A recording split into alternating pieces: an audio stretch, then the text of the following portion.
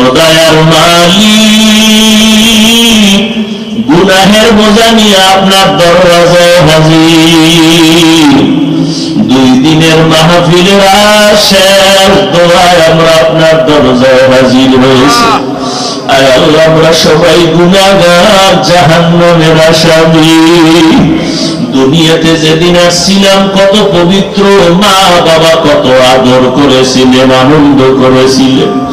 আজকে সেই পবিত্র জীবনটা গুনার কারণে না পাক।